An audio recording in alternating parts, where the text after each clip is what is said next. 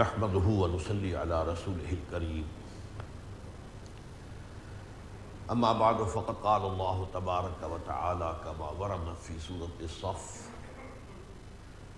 اعوذ بالله من الشيطان الرجيم بسم الله الرحمن الرحيم هو الذي ارسل رسوله بالهدى ودين الحق ليظهره على الدين كله ولو كره المشركون يا أيها الذين آمنوا هل أدلكم على تجارة تنجيكم من عذاب أليم تؤمنون بالله ورسوله وتجاهدون في سبيل الله بأموالكم وأنفسكم ذلكم خير لكم إن كنتم تعلمون فقال عز وجل كما ورد في نفس السورة ان اللہ یحب الذین یقاتلون فی سبیلہ صفا کأنہم بنیان مرصوص وقال جل وعلا كما ورد في سورة الانفال وقاتلوہم حتی لا تکون فتنة ویکون الدین کلہ للہ صدق اللہ العظیم. وعن معاذ بن جبل رضی اللہ تعالی عنہ قال قال رسول اللہ صلی اللہ علیہ وسلم ان رأس هذا الامر ان تشهد ان لا الہ الا اللہ وحدہ لا شریک لہ وان محمدا عبدہ ورسولہ وان قوام هذا الامر اقام الصلاة وایتاء الزکاة وان ذروة السنام منہ الجہاد فی سبیل اللہ وانما امرت ان اقاتل الناس حتى يقيموا الصلاة ويؤتوا الزکاة ويشهدوا ان لا الہ الا اللہ وحدہ لا شریک لہ وان محمدا عبدہ ورسولہ فاذا فعلوا ذلك فقد اعتصموا وعصموا منی دماءهم واموالهم الا بحقها وحسابهم على اللہ عز وجل. فقال رسول اللہ صلی اللہ علیہ وسلم والذی نفس محمد بیدہ ما شہب وجہ ولغبرت قدم فی عمل تبتغى فیہ درجات الجنت بعد الصلاة المکتوبۃ بعد الصلاة المفروضۃ کجہاد فی سبیل اللہ ولا ثقل میزان عبد کدابۃ تنفق له فی سبیل اللہ او یحمل علیہا فی سبیل اللہ. رواه الامام احمد والبزار والنسائی وابن ماجہ والترمذی وقال حدیث حسن صحیح. رب اشرح لی صدری ویسر لی امری واحلل عقدۃ من لسانی یفقہوا قولی.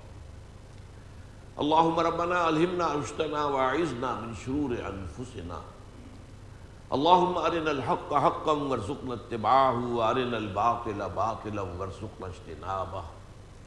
اللہم وفقنا ان نجاہد فی سبیلک باموالنا وانفسنا اللہم ارزقنا شہادۃ فی سبیلک آمین یا رب العالمین.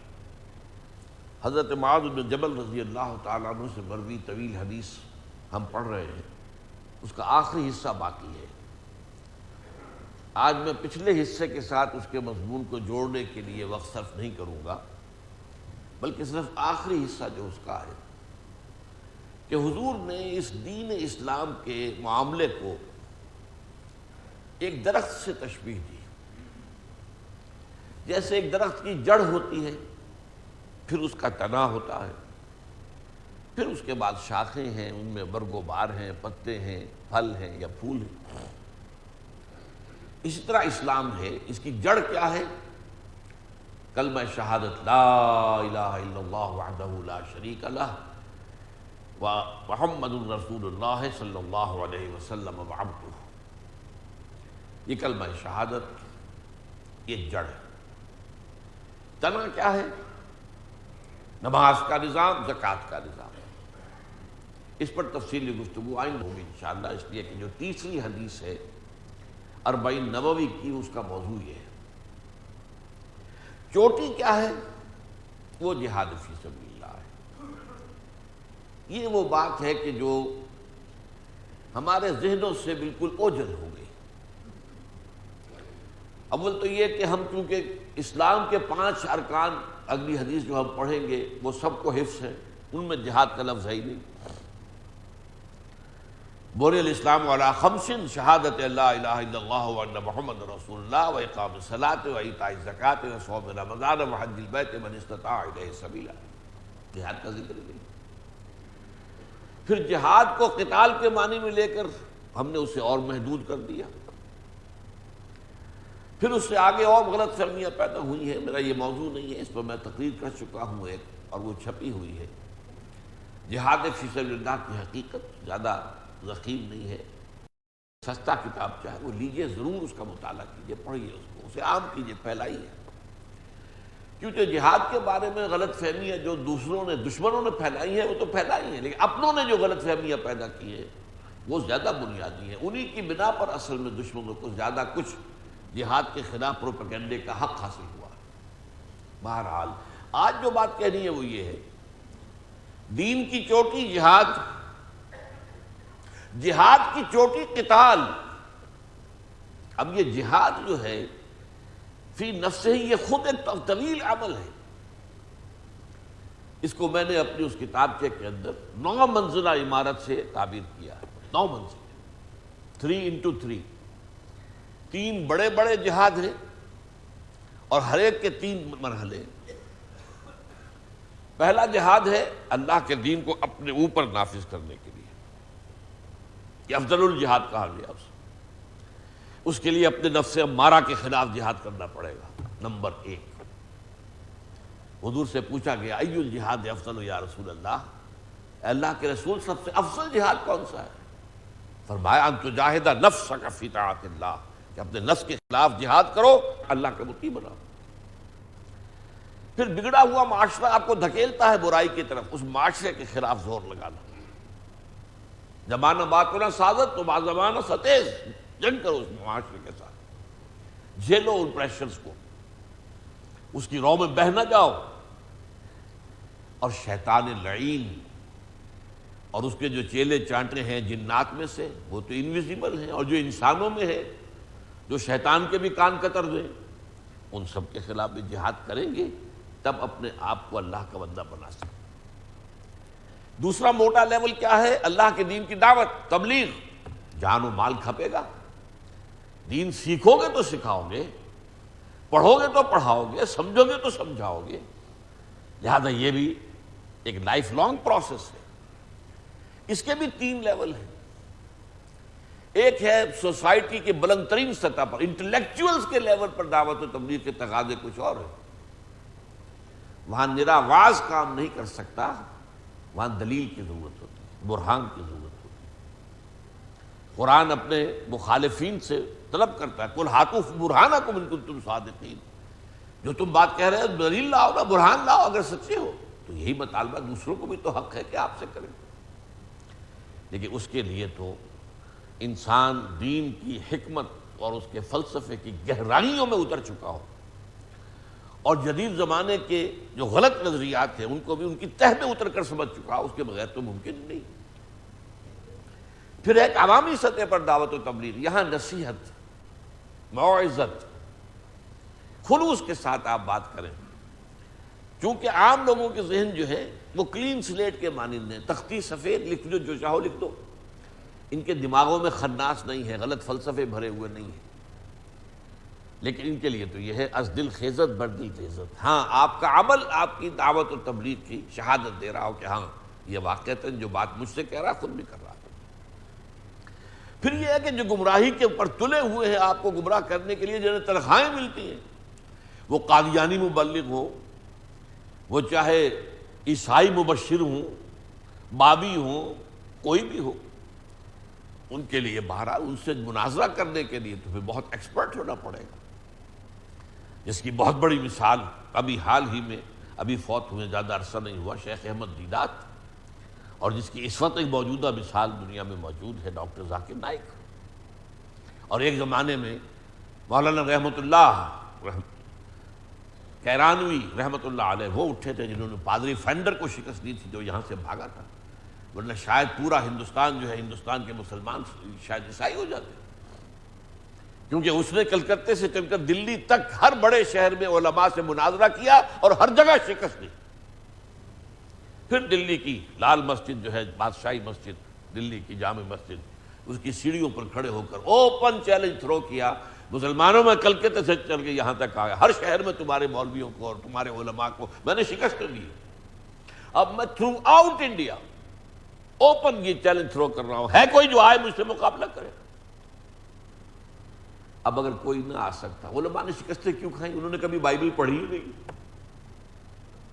بائبل تو پڑھنا دور رہا، قرآن مجید بھی نہیں، اس لیے کہ ان کے ہاں تو فقہ چلتی تھی، فتویٰ دینا ہے تو فتویٰ دینے کے لیے فقہ کا علم کافی ہے، اور فقہ کا زیادہ مواد جو ہے وہ تو حدیث سے آتا ہے، قرآن سے تو کم ہے۔ لہذا قرآن کے ساتھ بھی ان کا اشتغال اتنا نہیں تھا جتنا کہ ہونا چاہیے تھا، اور بائبل تورات یہ تو کبھی پڑھی ہی نہیں، تو مناظرہ کیسے ہو؟ وہ آتے تھے پڑھ کر سمجھ کر، عربی کے ماہر، فارسی کے ماہر۔ بہرحال یہ 3 لیول ہو گئے جہاد دین کی دعوت و تبلیغ کے لیے۔ وہ جہاد تبلیغ اور دعوت کا at the level of the intellectuals, intelligent minority, intellectual minority, at the level of the common masses, اور یہ کہ ان گمراہ کرنے والوں پر ادھار کھائے بیٹھے ہوئے اور اس کی تنخواہ پانے والے لوگوں سے مناظرہ اور مجادلہ۔ پھر ہے 3 دین کو قائم کرنے کی جد و جہد۔ اس میں پہلا مرحلہ یہ ہے کہ دعوت دیتے رہو، تبلیغ کرتے رہو، تمہیں کوئی مارے تو سہ لو، جوابی کارروائی نہ کرو۔ 12 برس تک مکے میں یہ حکم تھا حضور کا۔ پیسو ریزسٹنس جدید اصطلاح میں اس کو کہیں گے۔ پھر جب محسوس ہو کر طاقت کافی ہے تو ایکٹیو ریزسٹنس، چیلنج تھرو کرو اب پورے اس نظام کو، اور آخری مرحلہ آؤ میدان جنگ کے اندر۔ تو یہ نئی منزل ہے قتال فی سبیل اللہ۔ تو پہلی بات تو یہ سمجھنے کی ہے کہ یہ جہاد اور قتال کے درمیان جو فرق ہے اس کو اچھی طرح سمجھ لیجئے۔ اس لیے میں نے سورہ صف کی آیتیں سنائی جو بہت مرتبہ سنائی گئی۔ اس جہاد و قتال کا مقصد کیا ہے؟ هو الذی ارسل رسولہ بالہدی ودین الحق لیظہرہ علی الدین کلہ۔ اللہ کے دین کو غالب کرنا، نظام قائم کرنا۔ اس نظام کے نیچے کوئی یہودی رہے، کوئی عیسائی رہے، کوئی ہندو رہے، کوئی مجوسی رہنا چاہے رہے، لیکن نظام اللہ کا ہو۔ یہ مقصد، یہ جد و جہد۔ اس کے لیے جو پہلی 8 منزلوں کی جد و جہد ہے وہ جہاد ہے، اور اس کے لیے اسی سورہ صف میں جو فرمایا یا ایھا الذین آمنوا ہل ادلکم علی تجارۃ تنجیکم من عذاب الیم، اے ایمان والو کیا تمہیں بتاؤں وہ کاروبار، وہ تجارت جو تمہیں دردناک عذاب سے، جہنم سے چھٹکارا دلا دے۔ تؤمنون باللہ ورسولہ وتجاہدون فی سبیل اللہ باموالکم وانفسکم۔ ایمان پختہ رکھو اللہ پر اور اس کے رسول پر، اور جہاد کرو اپنی جانوں اور مالوں کے ساتھ اللہ کی راہ میں۔ گویا کہ اس جہاد کے بغیر جہنم سے چھٹکارا پانے کا خیال ایک امید موہوم ہے، یہ آپ کی گھڑی ہوئی وشفل تھنکنگ ہے۔ اب اس سے اندازہ ہوا کہ جہاد کے بغیر تو نجات ہے ہی نہیں، اور نفس کے خلاف تو 24 گھنٹے جہاد کرنا پڑتا ہے۔ بندہ مومن کی زندگی کا کوئی لمحہ ایسا ہو ہی نہیں سکتا کہ جہاد نہ ہو رہا ہو۔ فجر کے عین وقت جو ہے اذان کی آواز سن لی، آنکھ بھی کھل گئی، نفس نے کہا ذرا سو جاؤ، بس کروٹ لی اور انٹا غفیل۔ یہ جہاد جو ہے اس کے خلاف کھڑے ہو جانا، جیسا کہ حدیث میں آتا ہے، خاص طور پر سردی کے موسم میں شدید معلوم ہوا کہ وضو کرنا بھی کوئی آسان کام نہیں، گیزر تو ہوتے نہیں تھے، لیکن یہ کہ اس وقت اٹھنا نفس کے خلاف جہاد بہت بڑا جہاد ہے، اس کے بغیر نہیں آدمی اٹھ سکتا، نماز نہیں پڑھ سکتا، باجماعت مسجد میں جانا، سردی کا وقت ہے، ٹھنڈی ہوا چل رہی ہے، وغیرہ وغیرہ۔ تو قتال جو ہے گویا کہ یہ تو بیس لائن ہے جہاد فی سبیل اللہ، اس کے بغیر تو نجات ہی نہیں۔ اس کی چوٹی، میں نے کہا تھا دین کی چوٹی جہاد فی سبیل اللہ، جہاد فی سبیل اللہ کی چوٹی قتال فی سبیل اللہ۔ اسی سورہ صف کی آیت نمبر 4 میں فرما دیا گیا، ان اللہ یحب الذین یقاتلون فی سبیلہ صفا کانہم بنیان مرصوص۔ اللہ کو محبوب تو ہے اپنے وہ بندے جو اس کی راہ میں جنگ کرتے ہیں ایسی صفیں باندھ کر گویا کہ سیسہ پلائی ہوئی دیوار۔ دشمن کو رکھنا ڈال نہ سکے، کوئی قدم پیچھے ہٹے ہی نہ کسی کا، صف میں سے کوئی پیچھے ہٹے گا تو راستہ بنے گا نا دشمن کے لیے آگے بڑھنے کا، جیسے سیتا پلائی ہوئی دیوار، آج ہم کہیں گے جیسے ری انفورس کانکریٹ، اس طریقے سے انسان جو ہے صفے مان کر اللہ کی راہ میں جنگ کرے۔ تو یہ قتال فی سبیل اللہ، اور اس قتال فی سبیل اللہ کی پھر آخری بات بیان کی گئی سورہ انفال میں۔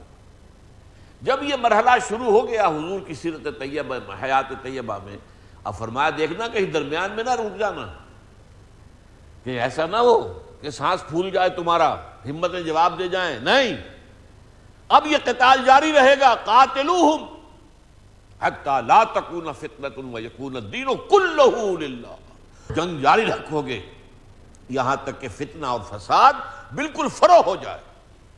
سب سے بڑا فتنہ فساد کیا ہے؟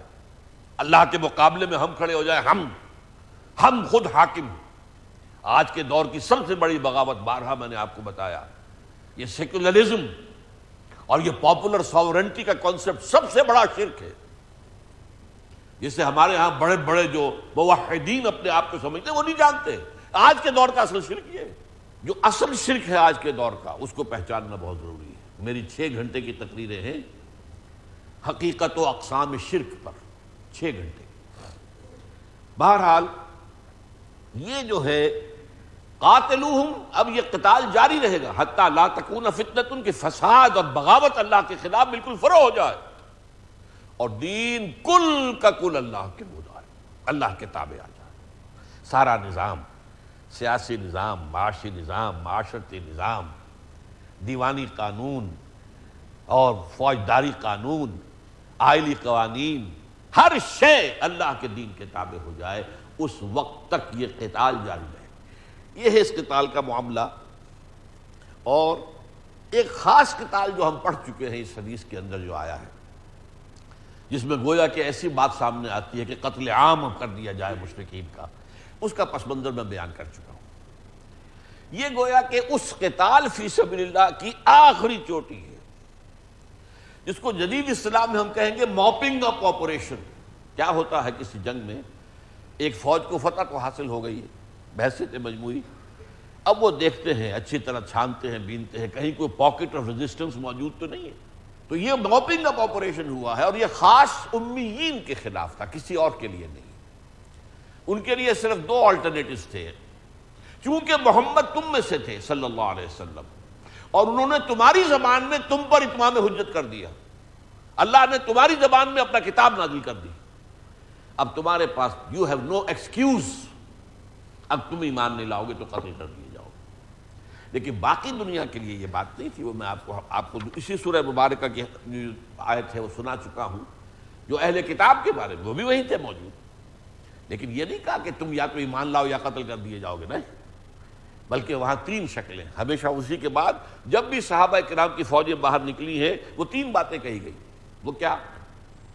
ایمان لے آؤ، ہمارے برابر کے بھائی ہو جاؤ گے۔ میں نے جیسا کہ پہلے بھی کہا تھا، ہم یہ بھی نہیں کہیں گے ہم سینئر مسلمان ہیں، ہمارے حقوق زیادہ ہیں، تم جونیئر مسلمان ہو، تمہارے حقوق کم لو۔ المسلم کفو لکل مسلم، تمام مسلمان اپنے سیاسی اور جو دستوری اور قانونی حقوق ہیں ان میں برابر ہیں۔ نمبر 2، یہ نہیں مانتے تو اللہ کے دین کا غلبہ برداشت کرو، دین کا، اس کے نیچے تم یہودی رہو، نصرانی رہو، ہمیں کوئی اعتراض نہیں۔ تمہارے سینیگوگز، تمہارے چرچز کی حفاظت کی جائے گی، تمہیں پرسنل لا کی پوری آزادی دی جائے گی، تمہارے ہاں اسلامی ریاست میں رہتے ہوئے معیشت کے لیے کاروبار کرنے کی اجازت ہے، ملازمتیں کرنے، ہر چیز دروازہ کھلا ہوا ہے۔ لیکن یہ ہے کہ دین اللہ کا ہوگا، مذہب تمہارے ہو سکتے ہیں، ہندو رہو، سکھ رہو، پارسی رہو، عیسائی رہو، یہودی رہو، مجوسی رہو، بدھ رہو، جو چاہے رہو، مذہب رہ سکتے۔ تو یہ معاملہ خاص تھا، یہ موپنگ اپ آپریشن ہوا ہے، اور حال صورت یہ ہے کہ آیت تو انتہائی خوفناک ہے۔ فَإِذَا انسَلَخَ الْأَشْهُرُ الْحُرُمُ فَاقْتُلُوا الْمُشْرِكِينَ حَيْثُ وَجَدتُّمُوهُمْ وَخُذُوهُمْ وَاحْصُرُوهُمْ وَاقْعُدُوا لَهُمْ كُلَّ مَرْصَدٍ۔ یہ جو 4 مہینے کی مہلت دے دی گئی ہے، جیسے یہ ختم ہو جائے تو مسلمانوں ان مشرکین کا قتل عام کرو، انہیں پکڑو، ان کا گھراؤ کرو، محاصرہ کرو، اور ان کو پکڑنے کے لیے گھات میں لگ کر بیٹھو۔ کتنے سخت الفاظ، لیکن حقیقتاً واقعتاً کیا ہوا؟ ایک شخص کے قتل کی نوبت بھی نہیں آئی، سب امیین اسلام لے آئے، یا کچھ لوگ جو ہیں وہ پھر جزیرہ نما عرب کو خیر بات کہہ کے چلے گئے۔ تو بہرحال وہ تو جو درمیان کی آیت تھی وہ اب اس حدیث کا حصہ میں اس وقت نہیں پڑھ رہا ہوں، ورنہ یہ ہے کہ وقت بہت نکل جائے گا۔ اب یہ کہ اس قتال فی سبیل اللہ کا مقام کیا ہے، اس کے لیے جہاں جو فرمایا ہے حضور صلی اللہ علیہ وسلم نے وہ الفاظ نوٹ کر دیں کہ والذی نفس محمد بیدہ، قسم ہے اس ذات کی جس کے ہاتھ میں محمد کی جان ہے صلی اللہ علیہ وسلم، ما شہب وجہ، نہیں کوئی چہرہ تھکن کی وجہ سے نڈھال ہوا یا اس کا رنگ متغیر ہوا، وَلَغْبَرَّتْ قَدَمٌ فِي عَمَلٍ، اور نہ ہی کوئی قدم جو ہے وہ غبار آلود ہوئے، فی عمل، کسی ایسے عمل میں، تبتغى فیہ درجات الجنہ، کہ جس کے ذریعے سے جنت کے درجے حاصل کرنے کی کوشش کی جائے۔ اب یہ ذرا جس کا ہمارا ایک ویلیو سٹرکچر ہے اس کو سمجھ لیجیے۔ سب سے اونچا مقام دین میں کیا ہے؟ قتال فی سبیل اللہ اور اللہ کی راہ میں جان دے دینا، جس کے لیے کہ خود حضور صلی اللہ علیہ وسلم کی خواہش ہمارے سامنے آتی ہے، مجھے میری بڑی خواہش ہے، لَوَدِدتُّ أَنْ أُقْتَلَ فِي سَبِيلِ اللَّهِ ثُمَّ أُحْيَا ثُمَّ أُقْتَلَ ثُمَّ أُحْيَا ثُمَّ أُقْتَلَ، میری بڑی خواہش ہے میں اللہ کی راہ میں قتل ہو جاؤں، پھر زندہ کیا جاؤں، پھر قتل ہو جاؤں، پھر زندہ کیا جاؤں، پھر قتل ہو جاؤں۔ یہ اونچا مقام۔ ایک ہمارے ہاں بعد میں جو اونچے مقامات بنتے چلے گئے وہ اللہ اللہ اللہ اللہ، مراقبے، چلے، اور ان سے کچھ روحانی کیفیت کا حصول۔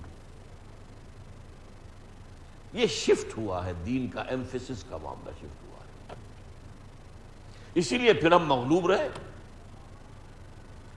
اسی لیے ایک مرتبہ خلافت راشدہ کے نظام کے درہم برہم ہو جانے کے بعد دوبارہ خلافت کا نظام نہیں قائم ہو سکا آج تک،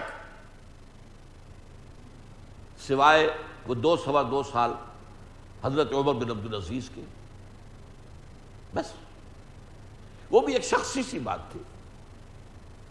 جیسے حضرت داؤد علیہ السلام کو اچانک حکومت مل گئی، کوئی اس کے لیے انہوں نے جہاد نہیں کیا تھا، کوئی اس کے لیے کوئی جماعت نہیں بنائی تھی، کوئی جد و جہد نہیں کی تھی، ان مراحل میں سے نہیں گزرے تھے، بس جھولی میں آ پڑے۔ اسی طرح حضرت عمر کا معاملہ رضی اللہ تعالیٰ رحمۃ اللہ علیہ، صحابی نہیں ہے، تابعی ہے، عمر بن عبدالعزیز حضرت عمر کے نواسے بنتے۔ بہرحال اس کے علاوہ آج تک تو وہ خلافت کا نظام دوبارہ نہیں ہے۔ کیوں نہیں آیا؟ اس لیے کہ یہ شفٹ آف ایمفیسس ہو گیا، روحانیت کے نام سے ایک اور ہی تصور ذہنوں کے اندر راسخ ہو گیا۔ آپ کو صوفیاء کرام اور بڑے بڑے اولیاء اللہ کے بارے میں جو قصے ملیں گے، 40 برس تک جنگلوں میں رہ کر ریاضت کی۔ اب پتہ نہیں یہ قصے جھوٹے ہیں سچے، واللہ عالم۔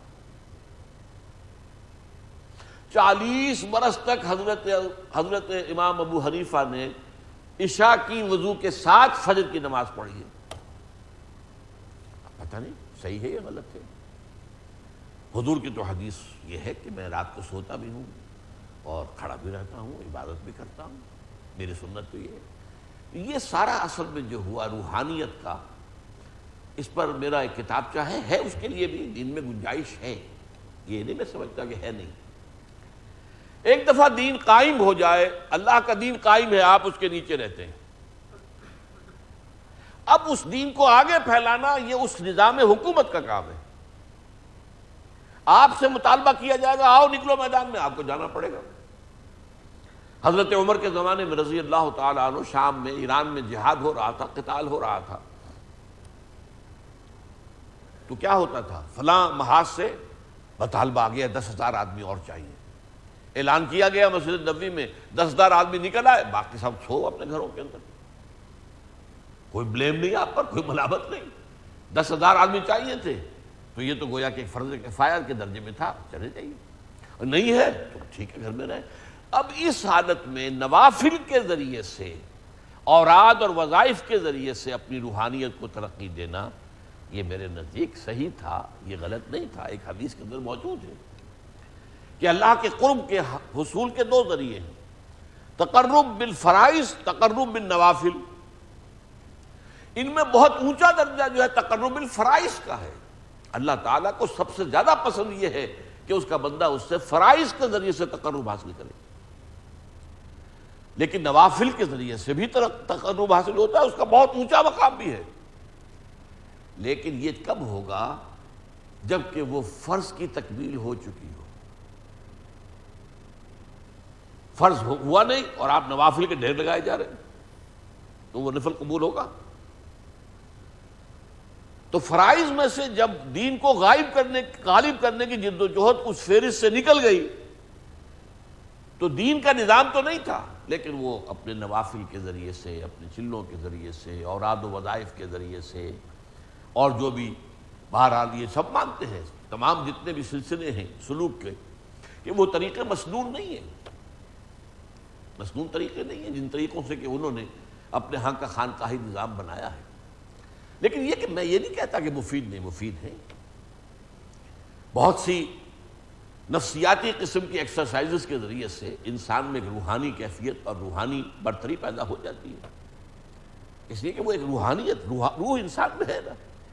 تو جیسے آپ ڈنڈ نکالیں گے اور اٹھک بیٹھک کریں گے تو آپ کے پٹھے مضبوط ہوں گے کہ نہیں ہوں گے، اسی طرح روحانی جو ہے ایکسرسائزز کے ذریعے سے آپ کی وہ جو روح جو ہے اس کے اندر تقویت پیدا ہوتی ہے، ایک روحانی کیفیت حاصل ہوتی ہے، میں اس کا انکار نہیں کر رہا، لیکن ہمارے لیے اسوہ کیا ہے؟ لقد کان فی لکم فی رسول اللہ اسوۃ حسنہ۔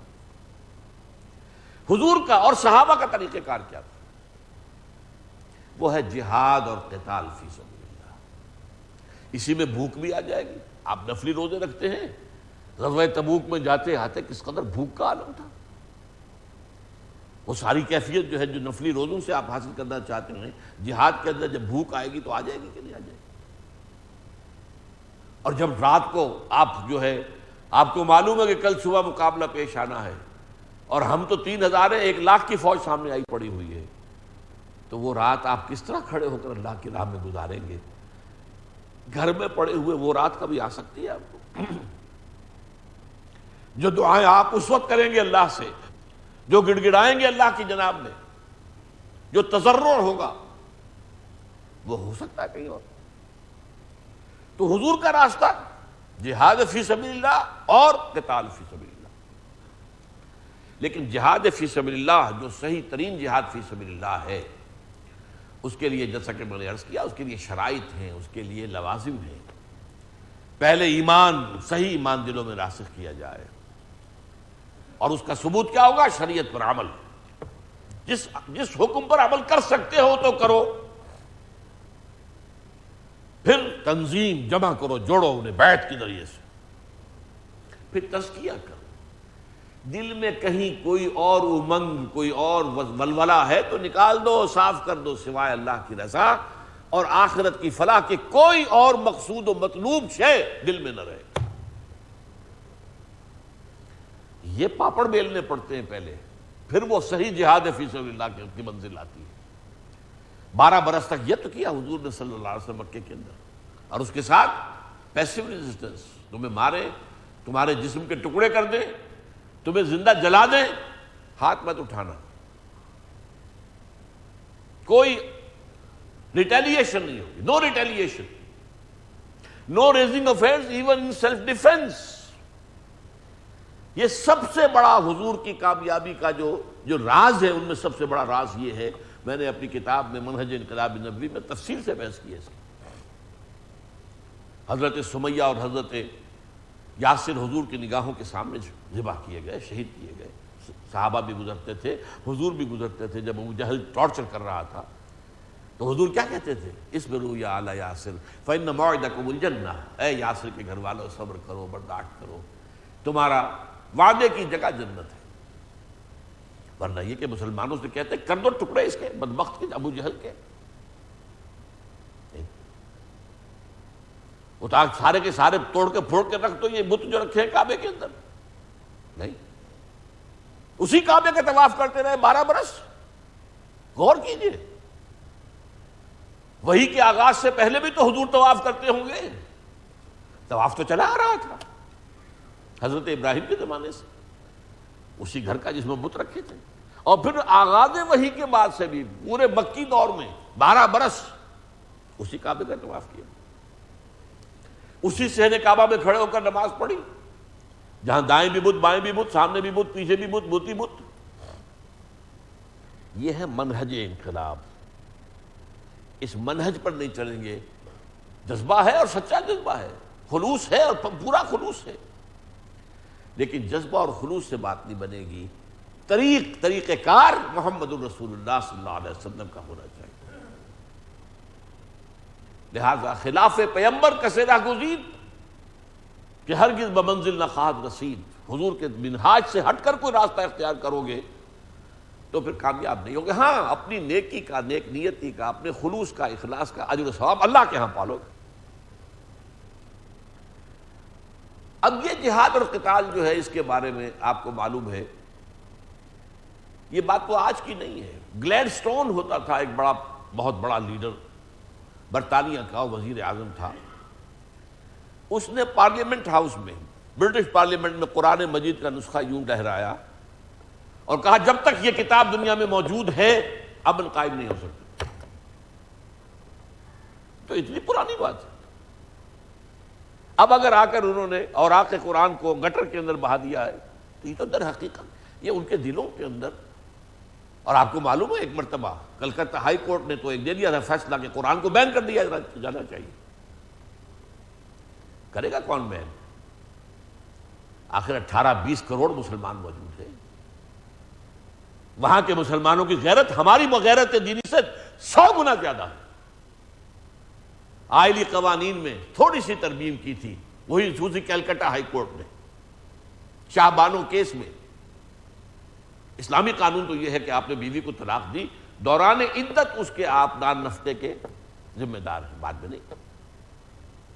وہ شاہ بانو نے درخواست دی، کورٹ نے فیصلہ کر دیا کہ اب جس نے طلاق دی ہے، جب تک یہ عورت دوسری شادی نہ کر لے یا مر نہ جائے، اس کا نان نفقہ تمہارے ذمہ رہے گا۔ شریعت کی کوئی چیز کاٹی نہیں، شریعت میں اضافہ کیا، لیکن اس پر جو وہاں طوفان اٹھا ہے، جو تحریک اس مسلمانوں نے چلائی، آپ کو معلوم ہے پرسنل لا بورڈ بنا، ساری دینی جماعتیں جمع ہو گئی، سینکڑوں لوگوں نے جانیں دے دی، بالآخر راجیو گاندھی کو گھٹنے ٹیکنے پڑے اور پارلیمنٹ میں، لوک سبھا میں اس نے اعلان کیا، یہ بھی کہا کہ ہندوستان کی کوئی عدالت مسلمانوں کے آئلی قوانین میں دخل نہیں دے سکتی، اور یہ بھی کہا کہ اس سے پہلے میں نے تو مطالعہ کیا نہیں تھا، اب میں نے جو مطالعہ کیا ہے تو میں کہتا ہوں کہ جو حقوق اسلام نے عورتوں کو دیے ہیں وہ دنیا کے کسی مذہب نے نہیں دیے۔ ہی از آن ریکارڈ۔ مولانا علی میاں نے اپنی کتاب میں یہ سارا نقل کیا۔ تو بہرحال یہ جہاد اور قتال جو ہے یہ جاری رہنے والی شے ہے، لیکن اس کے وہ راستے، البتہ ایک اور جہاد قتال ہو سکتا ہے، وہ جائز قتال جسے میں کہتا ہوں، اس کو سمجھ لیجئے۔ ایک مسلمان ملک ہے، چاہے خالص اسلامی نظام نہیں ہے تو مسلمان، وہاں کوئی کافر حکومت جو ہے تو دوسرا ملک حملہ کرتا ہے، اب ڈیفنس میں کھڑے ہو جانا، اب یہاں ظاہر بات ہے وہ تیاری 12 برس والی مکے والی تیاری کا موقع تو نہیں ہے، یہاں تو سیدھی سی بات ہے، یا تو انہیں ختم کرو یا خود ختم ہو جاؤ گے، لہذا وہ قتال۔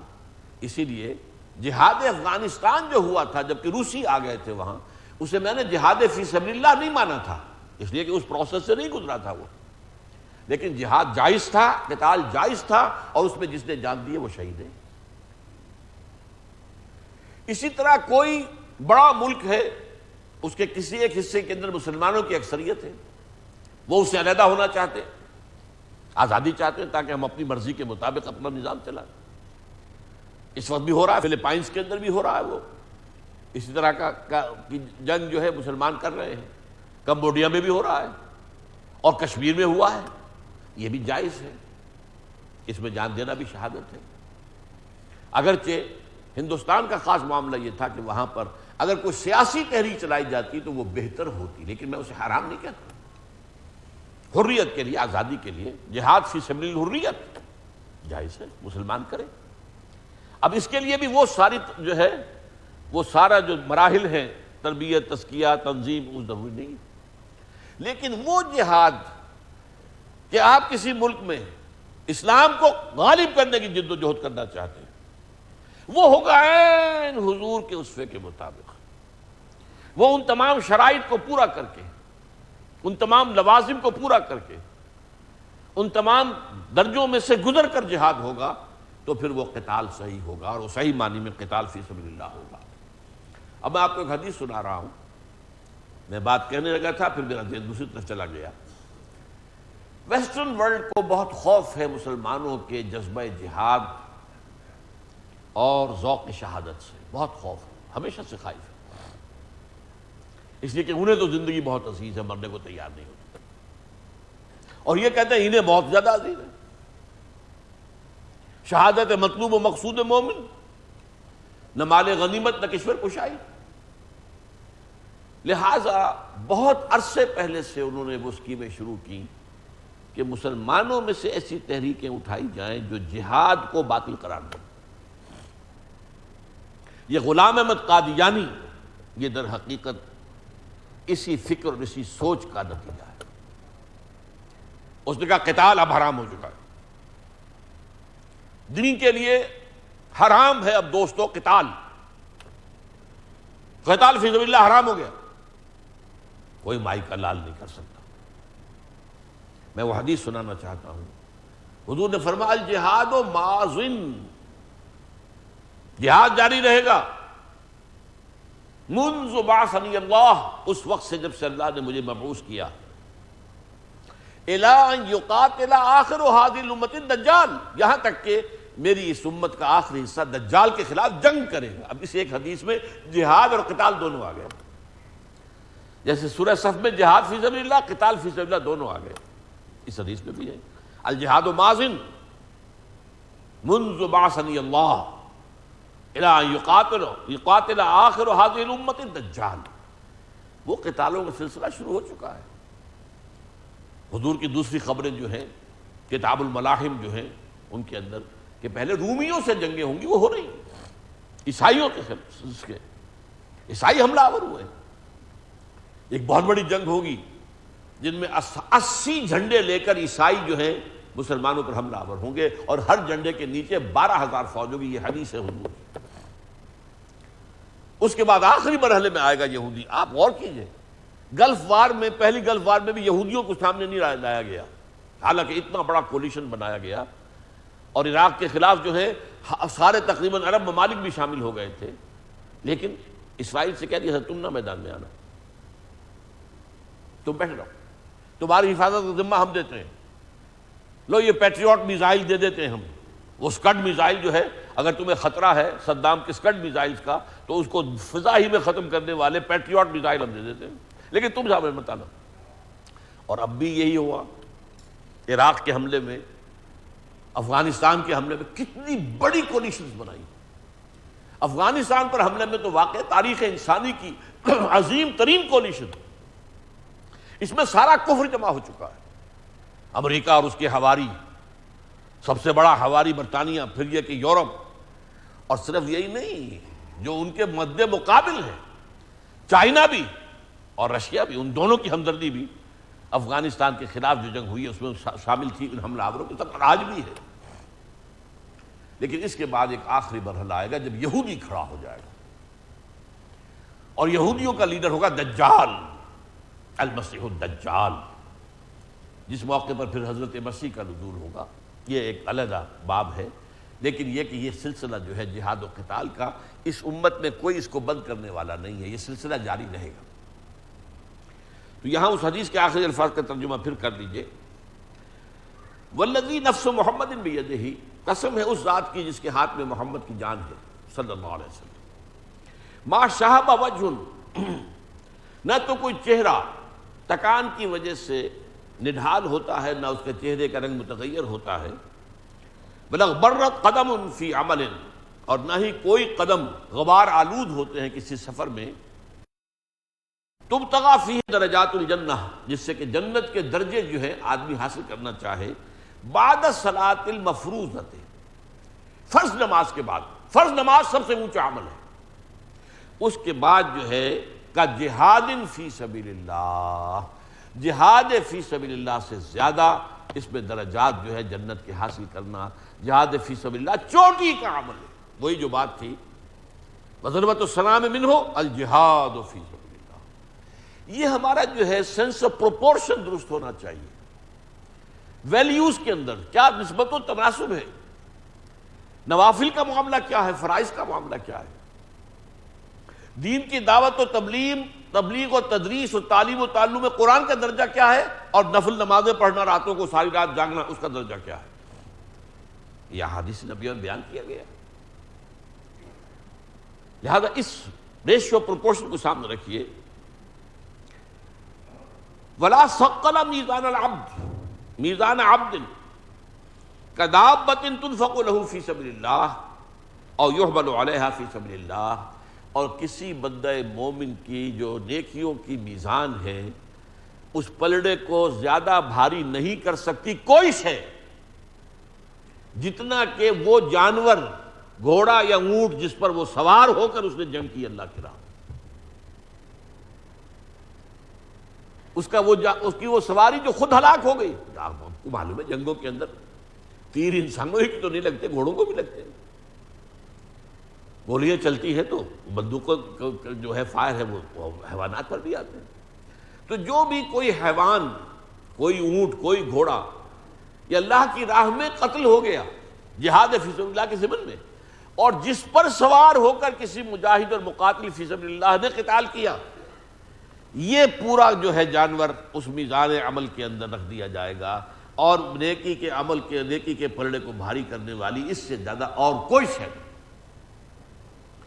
پھر میں وہی لفظ کہہ رہا ہوں، sense of proportion among the values, دین کی ویلیوز کیا ہے، روحانی اقدار بھی مطلوب ہے، پسندیدہ ہے، چاہیے، ہونی چاہیے، رات کی نماز بھی، نوافل بھی سب، لیکن یہ کہ یہ دوسرا کھاتا خالی ہو اور اس میں لگ گئے تو ٹیڑھا ہو گیا معاملہ، پھر کج ہو گیا۔ جو چیز جہاں کی ہے اس کو وہیں پر رکھا جائے۔ یہ حدیث جیسا کہ میں اس سے پہلے بھی بتا چکا ہوں آپ کو، امام احمد ابن حنبل نے بھی روایت کی، امام بزار نے بھی، امام نسائی نے بھی، امام ابن ماجہ نے بھی، امام ترمذی نے بھی، اور انہوں نے قرار دیا ہے کہ ھذا حدیث صحیح حسن، یہ حدیث صحیح ہے، حسن ہے۔ اس حدیث پر تو ہماری گفتگو اب ختم ہوئی۔ سبحانک اللہم و بحمدک، نشہد ان لا الہ الا انت، نستغفرک و نتوب الیک۔